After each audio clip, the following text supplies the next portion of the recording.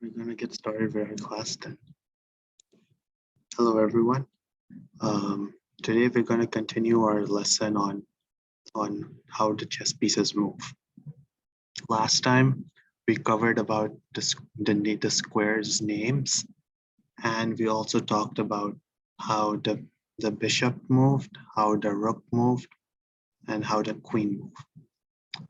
One thing I wanted to share before we start with our lesson is that I didn't cover it last time, but if I were to, let's say, I've been always viewing stuff from if white were down here and black were up here. So if I flip the board, for example, over here, you remember how, let me first come back here. You remember how we counted? We started from A on the left-hand side, then B, then C, D, E. When I flip the board, it all goes in the other direction. So our A file, for example, this will be our A file. This will be our B file. This will be our C file, and so on and so forth until then this will be our H file. Similarly, over here, when we went back to this perspective, this was our first rank, this was our second rank, this was our third rank. Now, if I flip the board, now this becomes our first rank, this becomes our second rank, so on and so forth. Just wanted to show you guys that if you flip the board, the squares change. Okay. All right. Now, first thing I think we'll learn is we have learned how the rooks move, how the bishops move, and how the queen moves. Next, we're going to cover how the king moves. Yay. Okay. How does the king move? Let's show a diagram right here. All right. How does the king move? The king moves in one square in any direction. So it can move like this, and move like a rook, but only one step. It's like so. Or it could move like a bishop, but only for one step. Like so. So the king can only move in one step at a time. It's a little bit of a weak piece, but if you remember last time that the goal of the game is to checkmate. So what does checkmating the king mean? I'll show that in a minute, but let's first show you what a check is. Now in my next diagram over here, we have a black rook over here, and you see that is attacking the white king over here. So that's what we refer to chess as a check. So if the black piece is attacking the if the king is under attack, it's a check. You don't have to say that you deliver a check. You don't have to say it's a check, but it's a good habit to get into. When you attack your enemy king, just say check, just so that you know that it's a check. But it's not required, of course. You don't lose the game if you don't say check. But yeah, the idea of a check is that you're under attack. 1 second.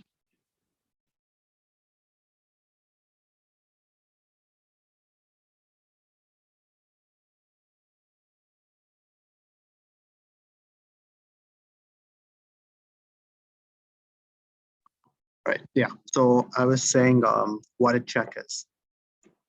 So how do we deal with a check?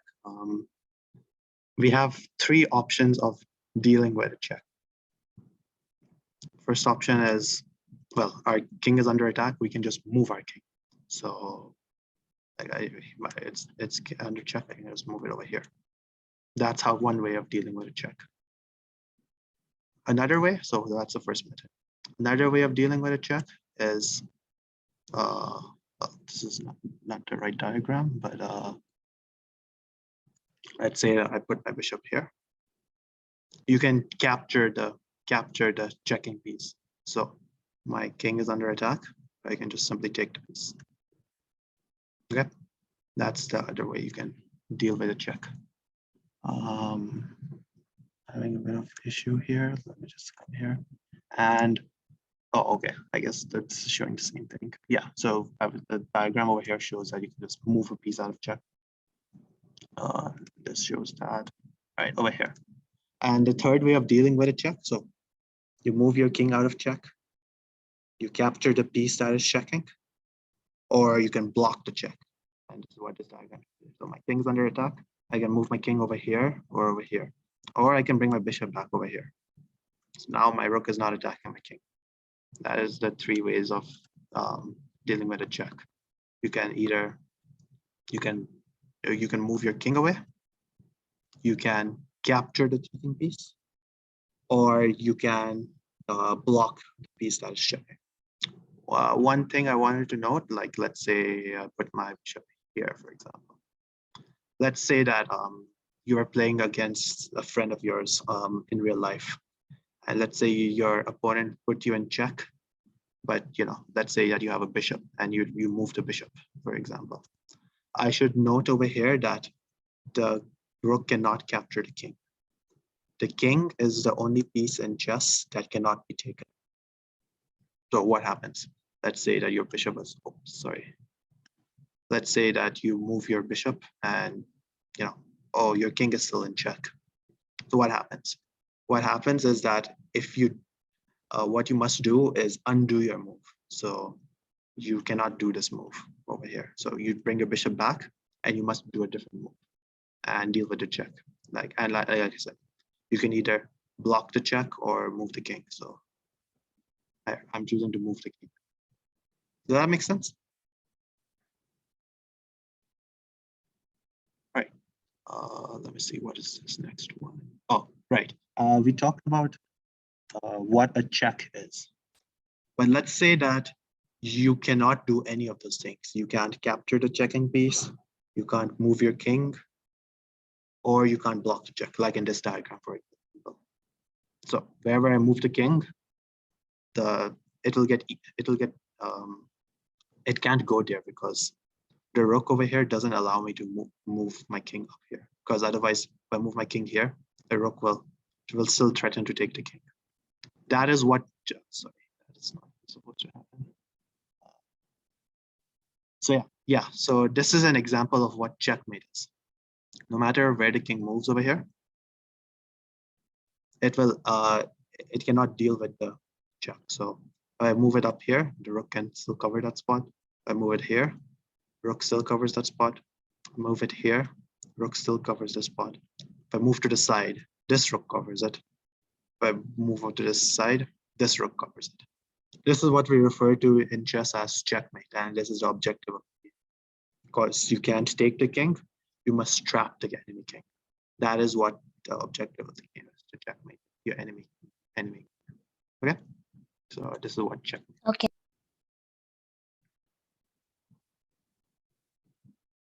All right, here's a bit of an exercise I have for you guys.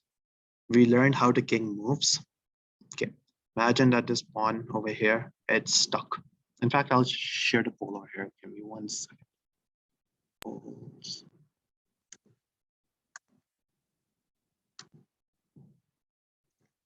One second.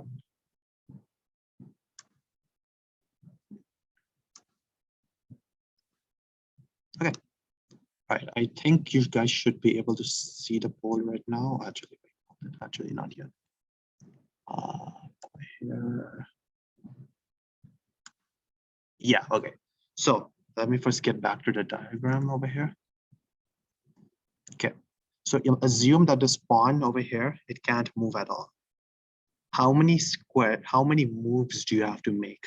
Minimum number of moves that is required for the king to be able to capture the pawn.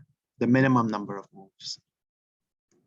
So based on how the king moves. Remember that the king can move like a rook, but only one step, or like a bishop, but only one step. What is the minimum number of moves that is required to capture the pawn here? Sure, I've shared a poll right now. Yeah, just answer over there.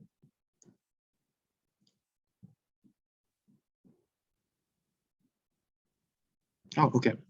I guess all of you answered it. All right, I see that you guys have Most of you guys are saying that it is 4 squares, and that is the correct answer. So the minimum number of moves that is required is 4 squares. So I'll show that over here. 1, 2, 3, 4. That's 4 squares required for the king to capture the pawn. Just give me 1 second. Okay, perfect. So yeah, good job. Right, that is, we have covered how the king moves. Also, I should note that each side has 1 king.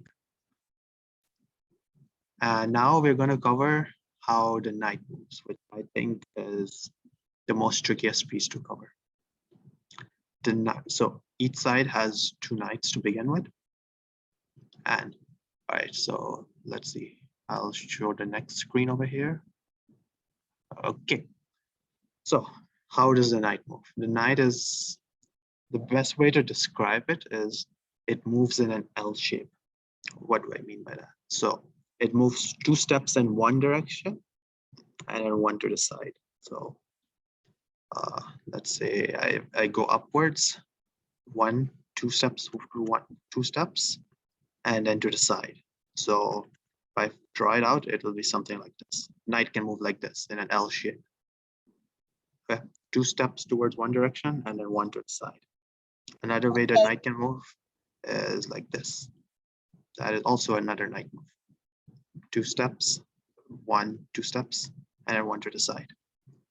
Okay. And if I show the next diagram, it should show all the possible knight moves.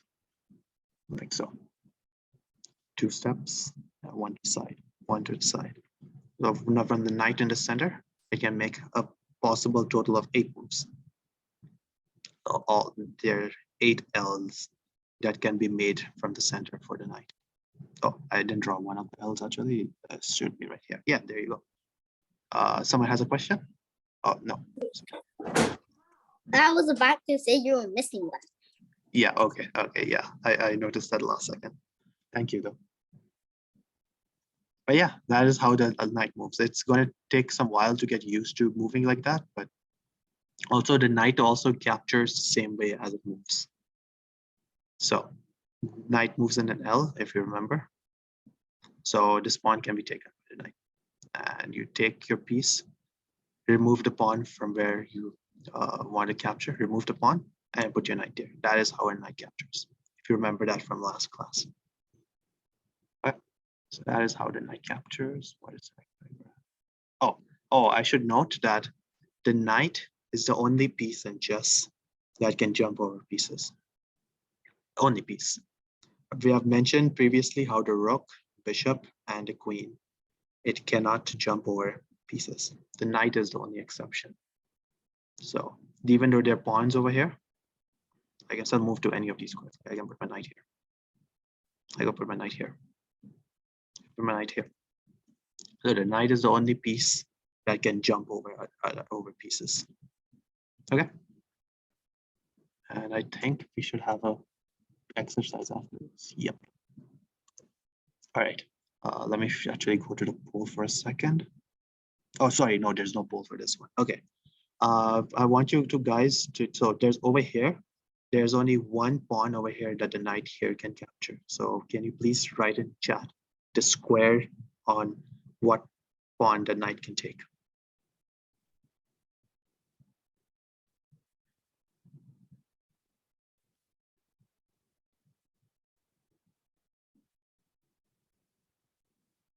Hmm?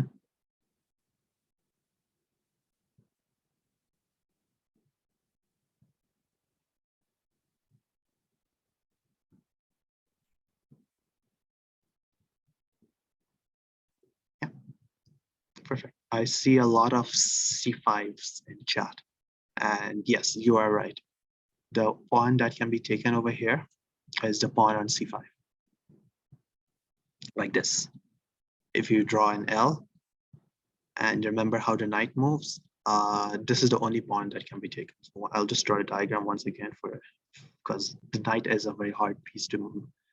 Remember how to move. So I'll draw once again. If I show how all the squares of the knight, if it moves in an L shape, you notice that the only pawn that the knight sees here is this pawn over here on c5. So yeah, the only pawn that knight capture here is on c5. Okay, how are we doing on time? We have, okay, 15 minutes. So any questions before I move on to the pawns? No? Okay, let me stop sharing for a second. Close this.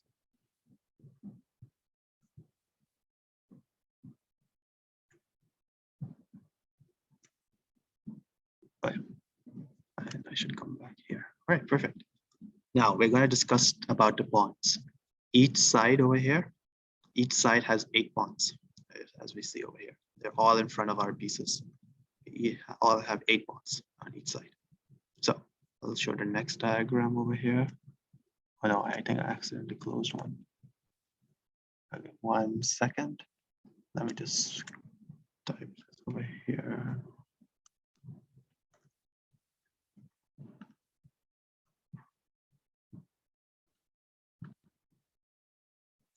Sorry, 1 second, guys. I accidentally closed one of the tabs.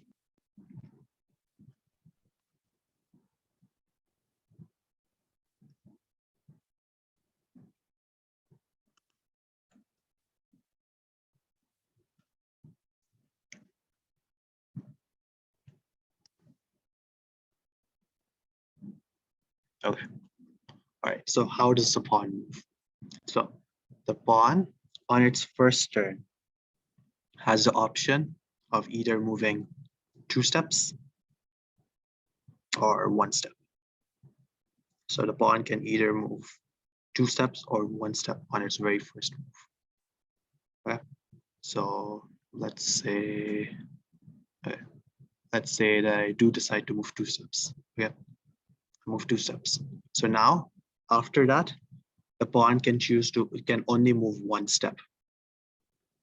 And move 1 step forward. Oh, I should mention that the pawns cannot move backwards. Once you push a pawn forward, you can never bring it backwards. Okay, does that make sense? So the pawn can only move forward. And on the first turn, it has the option to move either 2 steps or 1 step. After the first move, let's say I decide to move 1 step, I can only move 1 step forward, and that's all. Does that make sense? Okay. Let me close this one, show this diagram. Okay, so pawns are one of the pieces, a special case because they capture differently from how they move. So the pawns only move forward, but when they capture diagonally 1 step. So let's show this diagram over here. So the pawn can choose to either move forward or take it. So it can capture diagonally. So this is the only piece that captures differently from how it moves. So if I capture this, the pawn disappears and my pawn is now on f6. Show that one more time. I can choose to capture this. This is the only piece that captures differently from how it moves. And I just 1 step diagonally and the pawn is now gone. Okay. Just come here. Is there a diagram? Okay, perfect. Oh, I should also note that the pawn, once it reaches the end of the board, let's say that I push my pawn all the way over here. I have the option over here for the pawn to become any piece I want. So once my pawn gets here, I can choose to make it any piece I want, except for the king. I should note that the pawn cannot become a king. So I can make a knight over here. I can come forward here and make a bishop. But what most people will do is that once a pawn gets over here, is that they'll choose to make a queen. I come over here and make a queen. And the queen is the most powerful piece. Yeah, someone has a question?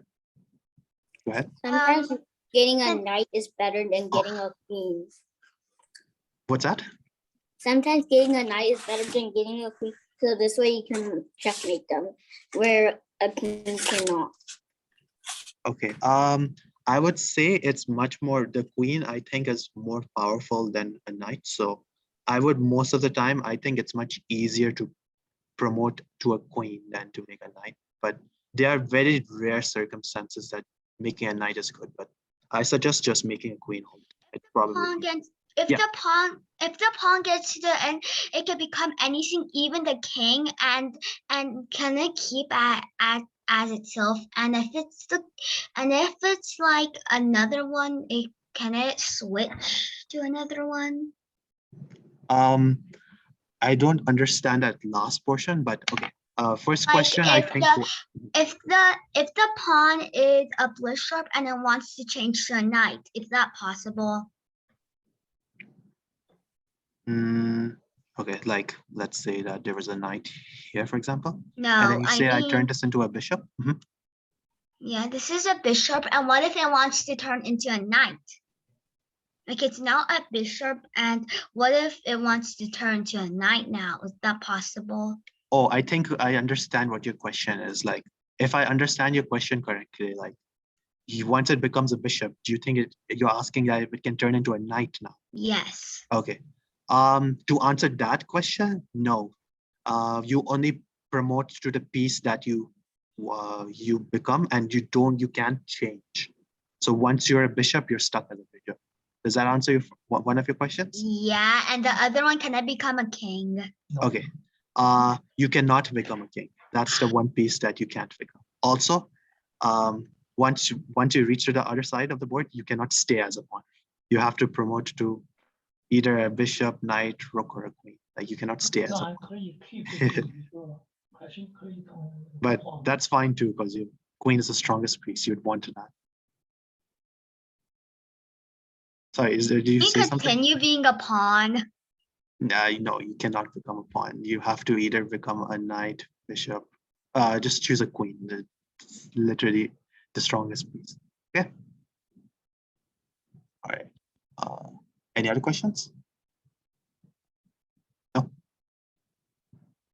Okay. Let's come over here. Okay. So, like I said, the pawns can only captures differently from how it moves.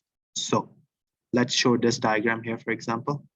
This pawn here, for example, this pawn cannot capture the other pawn because it's not diagonal. You cannot capture it, but it's in front of it. So, and same thing goes for the black pawns. Black pawn cannot capture it because the black pawn can only move diagonal. So these pawns are just stuck over here. Okay, I just wanted to show that concept once again. Give me 1 minute. I just wanted to see one thing. Okay, me too. And yeah, okay. Here's the next exercise. Let me full screen this. Okay. Okay, here's the exercise. Let me actually share the pool.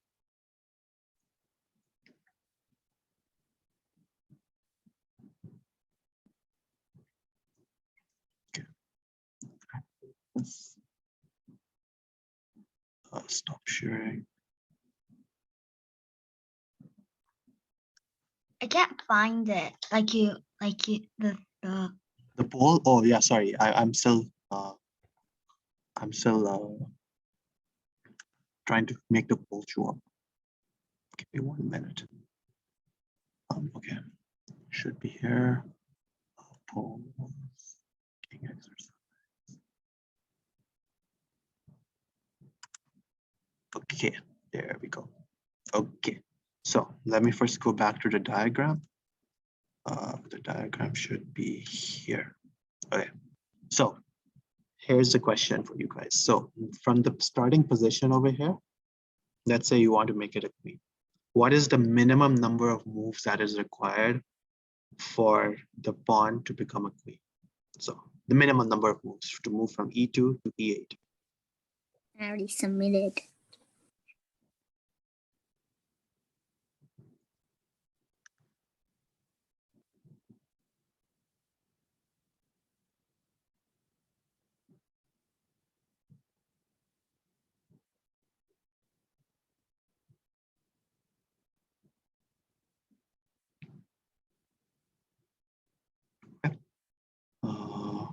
I'll end the poll in like a few seconds.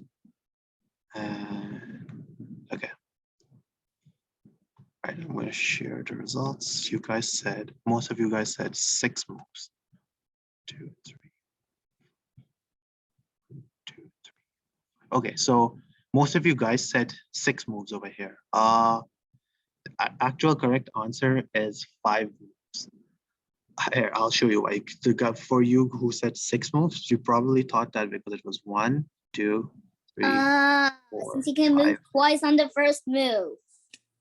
Yeah, so yes, on the first move, you can move 2 steps. So remember that, guys. This is 1 move, this is 2 moves, 3, 4, and 5. So the minimum number of steps that's actually required is 5. But I can see why you guys thought 6. It's okay.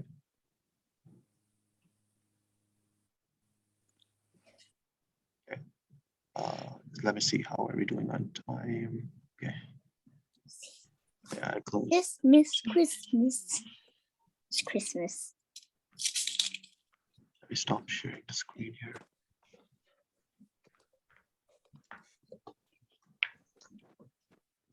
Let's close this and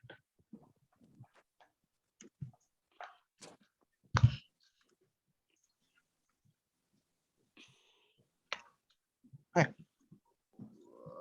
Let's go back here. Okay.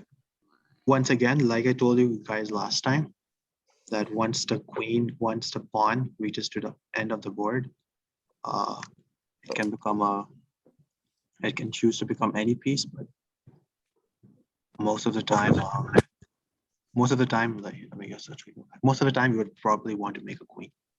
I come over here and comes a queen. Most of the time you guys will want that. Okay.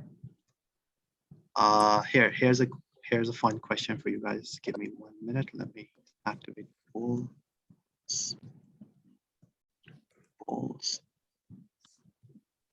Okay. Oh, before that, actually. Here, I just want to ask you one quick question before that, actually. So what happens if I reach the end of the if my pawn reaches the 8th rank? What happens? So here's the question. Do I win the game? Can I make a new queen? What happens?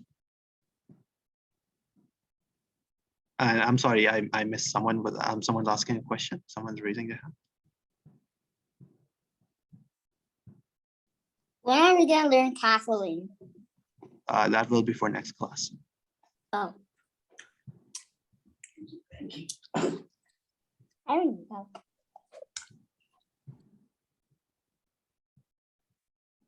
Okay, I'm gonna end the poll right now.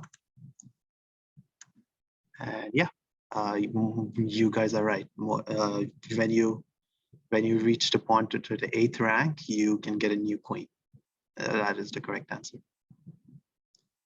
Now, granted that once you get a new queen, your chances of winning are higher, but the objective of the game is not to get a queen. Your objective of the game is to checkmate. And getting a new queen does help you. Okay. Here's another fun exercise, actually. Let me just share the poll one more time.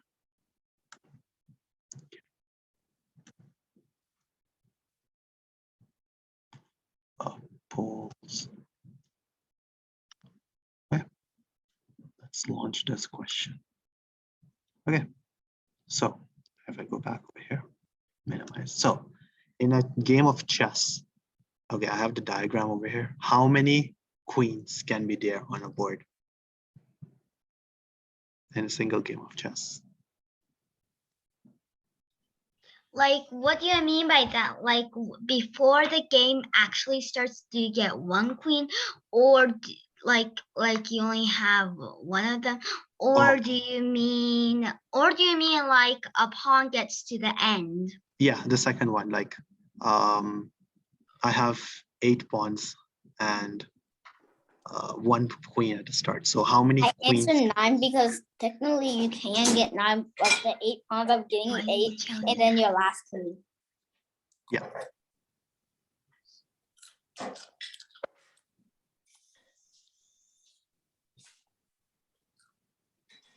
Right, I'll stop it for That's now. how many queens you get. And yeah, here we go. So yes, theoretically, you can make 9 queens. Let me show the next diagram how you do so. Here. So if you imagine that I've marched all my 1 second.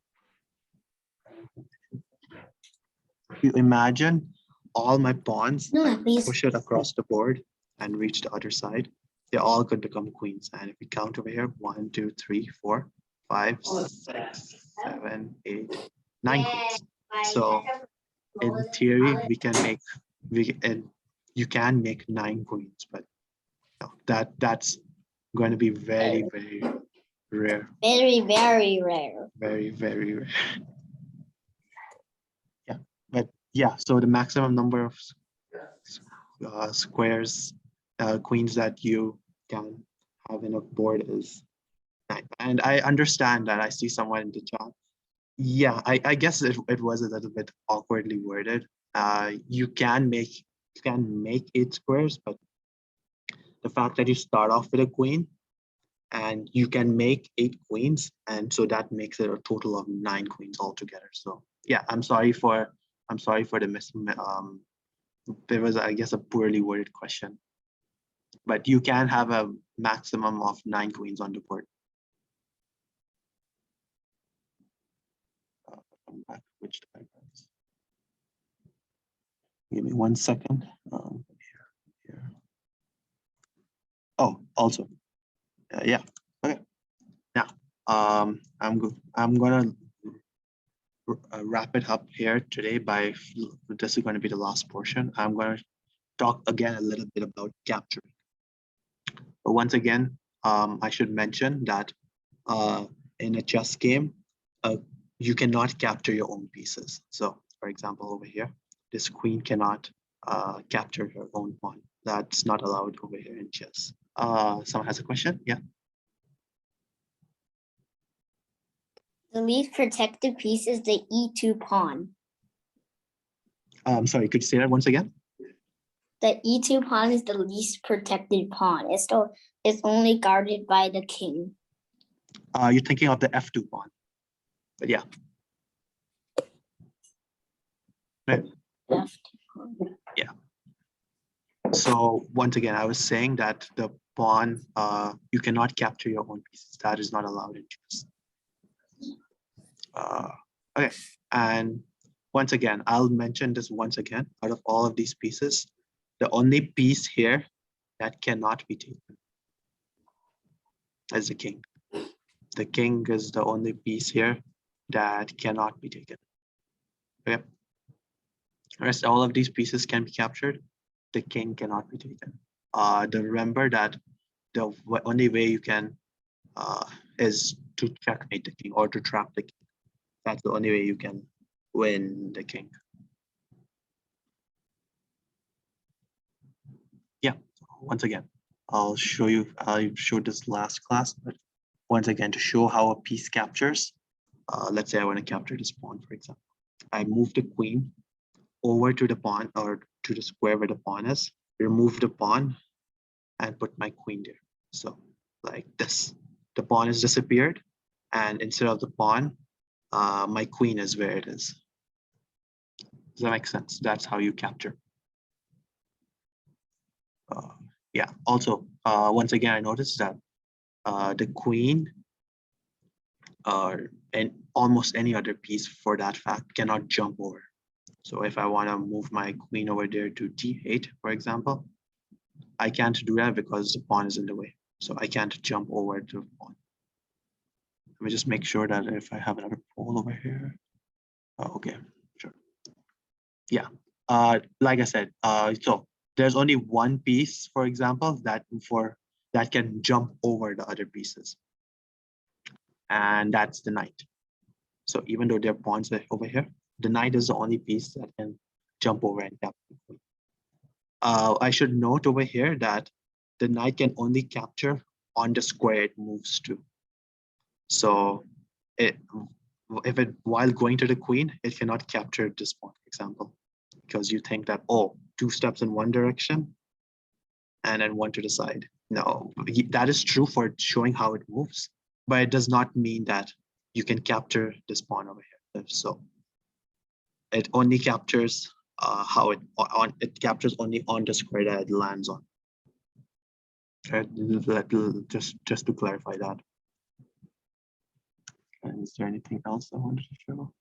Oh, also I should note that every piece except the pawn captures the way it moves. So the bishop moves diagonally. The bishop captures diagonally. The knight moves in an L shape. The knight captures in an L shape. The king, it only moves 1 step at a time, and it can only capture in those squares. The pawn is different. The pawn moves either one step or 2 steps at its first move, but it captures diagonally. So the pawn here is the only piece that can that captures differently from how it moves. Yep, I just wanted to note that once. Yeah, like I said, I showed that in the next diagram over here. The pawn can either choose to move forward 1 step. It can move like this, or it can capture diagonally. Take the pawn, and you can capture. So just give me 1 second. Oh, okay. And yeah, that is all. Does anybody have any questions?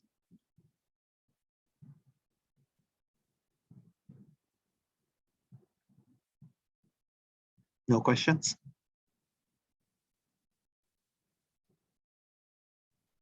Okay. Well, I think I've pretty much taught everything that is there to play a game of chess. There are some moves that I still have yet to discuss, like castling and en passant. But you guys at this point are ready to play a game of chess. Someone has a question? If a pawn goes past the pawn can still capture the pawn that went past it. So let me see. Like this, for example?